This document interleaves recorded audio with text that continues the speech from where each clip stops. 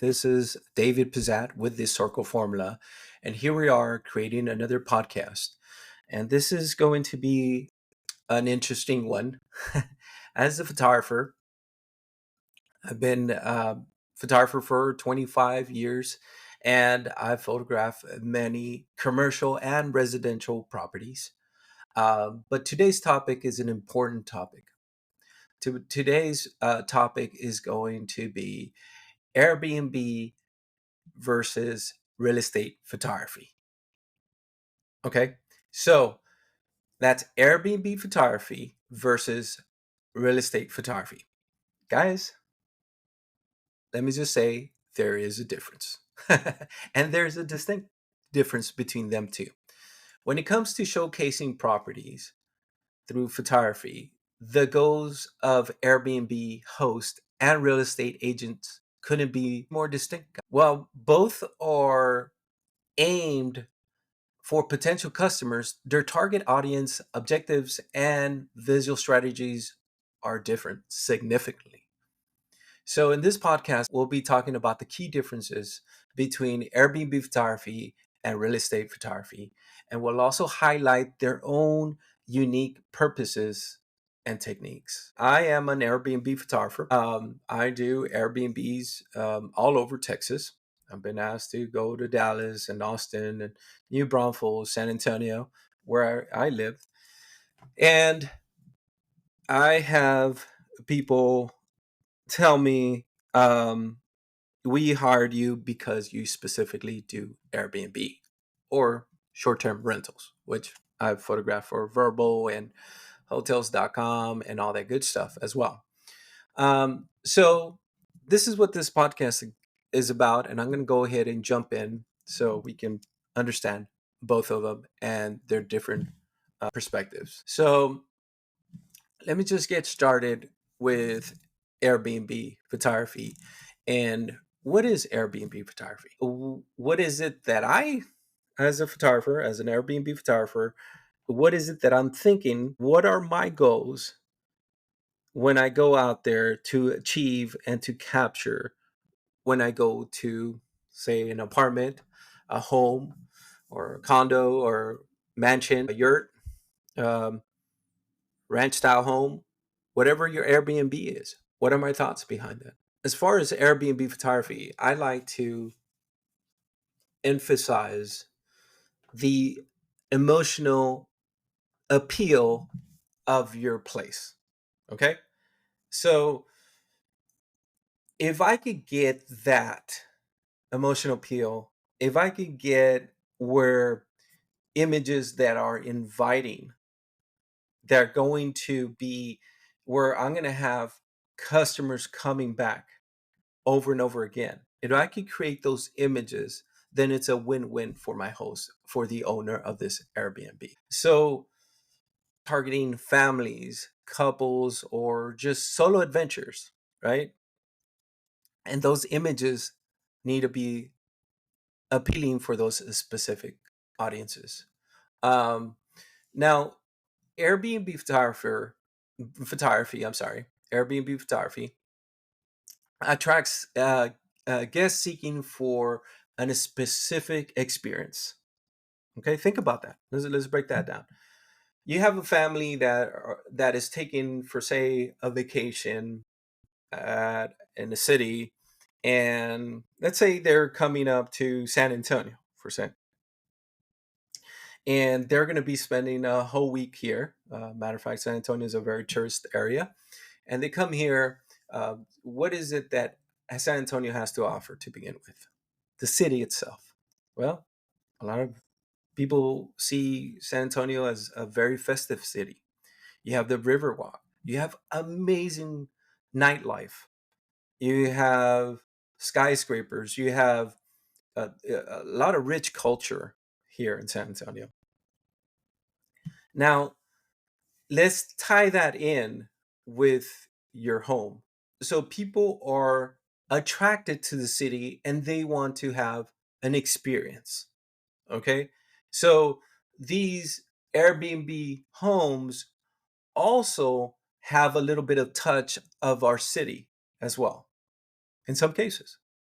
So it's like putting a bow on everything, on the whole thing. But people love this. So giving them that beautiful experience, it just makes it that much exciting for our guest. Now, when you have an Airbnb photographer that understands this, and we can capture this, capture the experience, the amenities, and the local flavor, then in the right light, then it's just going to make much more sense to sell it over and over again. Keep in mind, our target audience is travelers, vacationers, and short term renters, right? They're coming in because they want to experience the city for the most part. They have, for some reason, whether it's for visiting family or they're just on vacation or they're in a business conference, they're getting a taste of their surroundings. Okay. And as an Airbnb photographer, it is important to capture everything that the home has to offer. Now, real estate photography. Let's jump into real estate photography a little bit. Real estate photography is mostly to inform potential buyers about the property's features. And it's usually, there's no furniture for the most part, unless those homes are staged or the owner has not moved out. And believe me, at least the listings that I've seen on real estate photography, those that still have furniture and stuff like that, they're not the prettiest. And keep in mind, guys, keep in mind that real estate photography is more of a quick turnaround thing. Okay, so who are they? Who are these people? Usually they're realtors that need a photographer and they need it yesterday. It's not today. It's not something that they're going to spend or want you to spend too much time photographing their their home that is up for sale. So it's a quick turnaround. It's a snap, snap, snap. Let's go. Now, it is important, right, as a real estate photographer to capture those architectural features, the space, the area. What is it that they're selling? The property features, right? Those highlights that they have so that we can sell it. Okay. Now, while Airbnb and real estate photography aim to attract potential customers, like I mentioned earlier, they are very different. When I go into a home, my first thoughts are what is going to look inviting? What is going to make me want to say, wow, this house is amazing. I'm going to love staying here. Not buying it, but staying here and enjoying my vacation. And I'll throw in a few tips as an Airbnb photographer. And that's perhaps opening up the furniture a little bit. So when they walk in, feels like, oh my God, this sofa is amazing. I want to sit here. I want to relax here. I want to spend a lot of time here. Or look at this great TV. Sometimes these TVs are mounted. I have to angle them a little bit. So when the viewer goes in there, they get the whole wow factor, if that makes sense. The kitchen, the same thing as an Airbnb photographer, is taking care. The key thing is taking care of the details. I can't stress that enough. The details, it's where it's at. I walk into the kitchen and they have, for say, a toaster, a curry, or a beautiful stove, and AI refrigerator. I don't know, something high tech, espresso machine.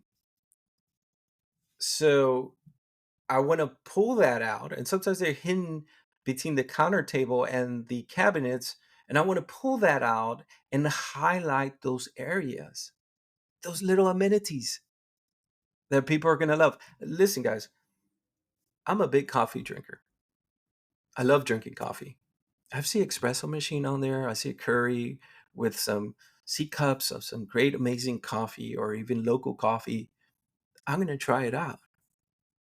Therefore, I'm going to make sure that I capture those highlights, those images. In order for me to capture all these great things, we have to take our time. You're not selling this property one time, okay? As an Airbnb photographer, you are going to sell it over and over and over and over again, 100 times over. plus for a long time. So making sure that the Airbnb photography is well documented, it's well photographed, and it's inviting. And perhaps there's things that we can do to, I call it juicing up these images. For instance, doing lifestyle photos.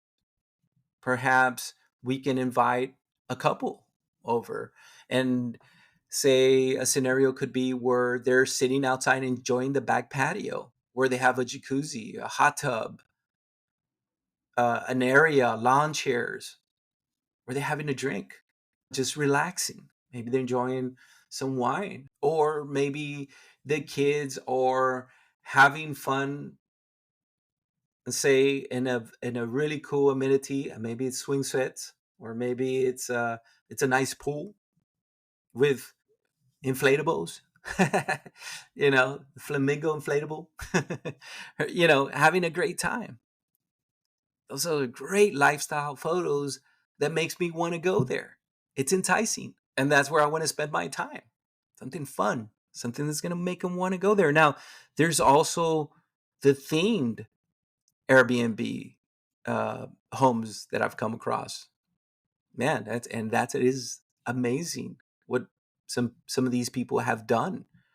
And that could be more a specific audience. And as a photographer, we want to make sure that we capture the colors the correct way, the lighting and this theme, the details that they put in, all of that. It takes time, guys.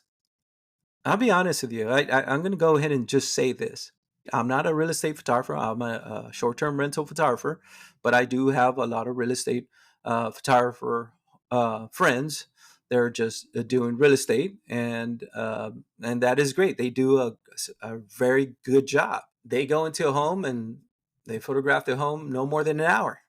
They're in and out, and that works for their real estate agent, for their client. It works just fine. Me, on the other hand, as an Airbnb photographer, I completely understand there's a lot of details because there's a lot of furniture, there's a lot of amenities, there's things in the home that we need to highlight. I went to a home recently in Austin. It had everything you could have ever wanted for a big vacation home. It had the pool. It had a beautiful mural in the back.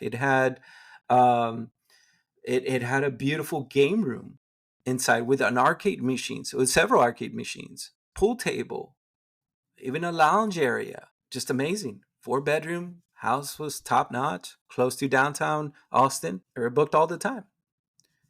And again, my thoughts and behind it was making sure that everything was captured um, at that moment, right? And everything makes sense when you put them on the listings. Think about that. Those images, that sequence, which I talked about in my other podcast, which is the order. Does the order make a difference? Is it important to have the right order on your listing? Absolutely. Yes, it does. Again, Airbnb photography is targeted towards, uh, you know, those vacationers, those families, those people that are going to stay there for a while.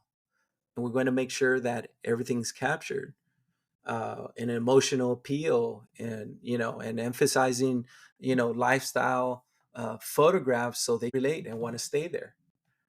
Um, so therefore, there's some differences. Now, real estate, like I mentioned before, is something more for the um, investors, the realtors that are wanting to push out the property. Of course, they want to make sure that everything is captured, all the architectural features, like I said, the areas, the space, all of that, so they can put it on their listings and they can sell it quick. Okay. Um, some of the things that I feel that is important is the architectural accuracy, making sure that there's clean lines. that represents the space, and that there is minimal distortions on the photographs. You know, um, areas that sell, like the highlighted areas, which is like the spacious rooms, modern kitchens. If it's a modern kitchen, capturing that. Updated bathrooms. Maybe there's something very unique about the bathrooms. Maybe they're big bathrooms with a double shower head. Maybe they have the rainforest shower head, a big hot tub in there. Whatever it is, all those unique architectural features are important. Another thing when capturing Airbnb photography is also capturing a little bit of the surrounding areas. Maybe there is, you know, really key areas in the city, and it could be that it's going to help you sell your listing. Iconic places, maybe historical marks, right? Here in San Antonio, we have some beautiful missions. We have the San Jose mission. If you haven't been here, check it out. San Jose, the San Juan mission. Those are great missions that we can photograph. Also, at least have at least one photo of it, so people can get enticed or even question, what is that? I want to look more into it and say, oh my God, this place is nearby. Perhaps your Airbnb is close to the Riverwalk.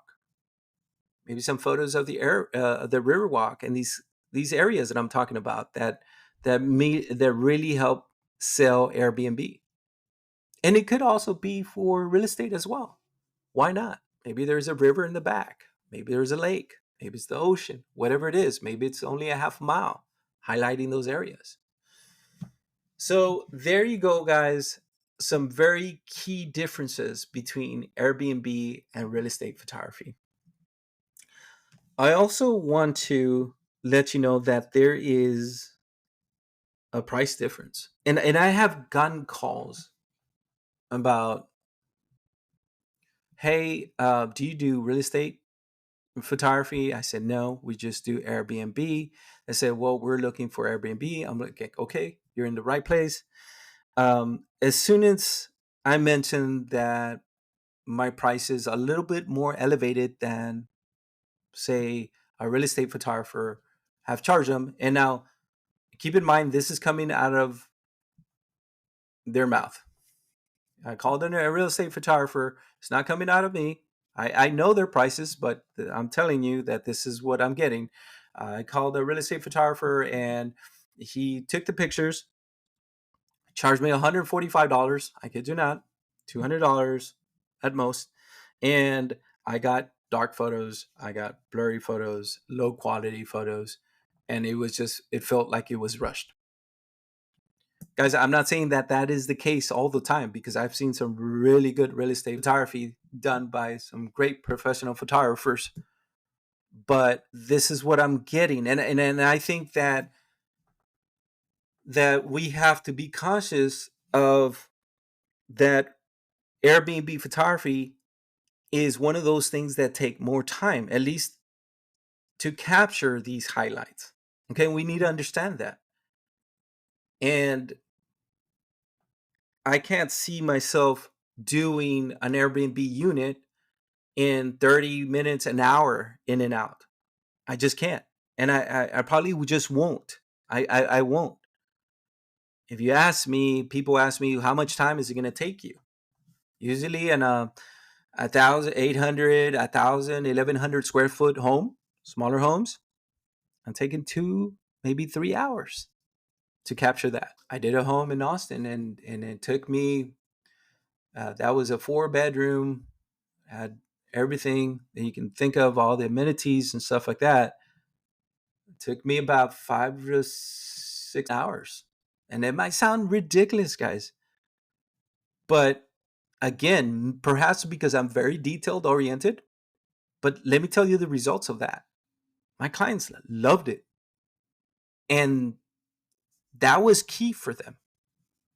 They told me, I don't mind paying you what you ask for, as long as my images are optimal, they look amazing, they look sharp and stuff like that. And there's only one way I could do that, guys. And that is by taking my time capturing these units. Now, if this is important, think of it as an investment, okay? Because this is not a one timer. This is not a one time quick turnaround deal. You're not selling a property when you're doing Airbnb photography one time. It's not a one time deal.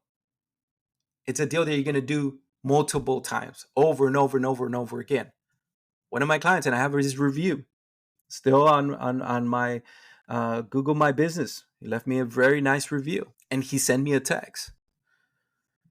He said, David, he said, in 4 days after listing your photos and optimizing my listing, because I will tell you guys that you can also do something called um, Airbnb SEO. For those that don't know that, that is something that I do as well. Airbnb SEO. And if you don't know this, it's good for you guys to know this. Take your time to learn about it, or hire someone that is familiar with SEO that could help you optimize your listing. Now, let me tell you something, guys. This client, he says, after I listed these photographs that you took, in 4 days, I made over $8,000. In 4 days. Wow. That was this first time putting a listing with that home. And he sends me that beautiful text, and that is music to my ears, guys. That was just amazing. Okay. So, can you do this with real estate? Absolutely. Real estate photography. I doubt anyone out there has any sense in this, that if you're selling a mansion, I don't think that you would rush that job. If you're selling um, $1 million, multi-million dollar home, I doubt that you would, not hire the right professional. I think that you would want that professional to take their time to capture that mansion or that home in the best light possible. Okay. And the same thing with Airbnb. It doesn't have to be a multi-billion dollar home, but that home is making you millions. So why not start with the right foot and making sure those photographs are captured well? Guys, I will leave you with this: the differences between Airbnb photography and real estate photography. I hope that you have enjoyed this podcast. I hope that you can take something from it. And please comment below. Do you agree or disagree? Or do you think that they both should be treated the same? You let me know your thoughts. I would love to hear from you guys. Have a wonderful day. And it's great being on this podcast and sharing what I know as a professional photographer. You guys take care and have a wonderful day. Goodbye.